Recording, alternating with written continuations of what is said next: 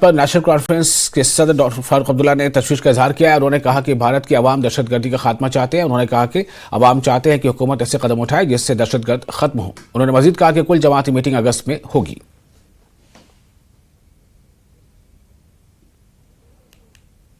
یہ بہت افسوس کا مقام ہے کہ جہاں ہم لوگ چاہتے ہیں کہ دونوں ملکوں میں امن آئے، اس کے بجائے امن کے بجائے ایسا ماحول پیدا کیا جا رہا ہے کہ لڑائی نہ ہو.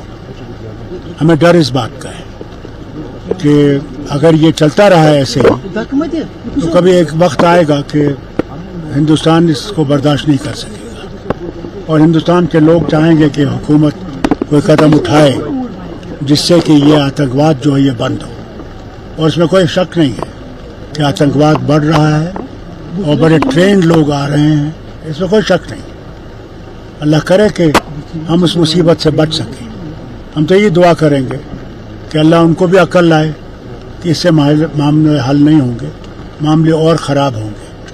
ہم تو چاہیں گے کہ اس پہ بار بار سوچیں اور بار بار سوچ کے امن کی طرف چلنے کی کوشش کریں، اور اللہ کرے کہ ہم امن دیکھ سکیں.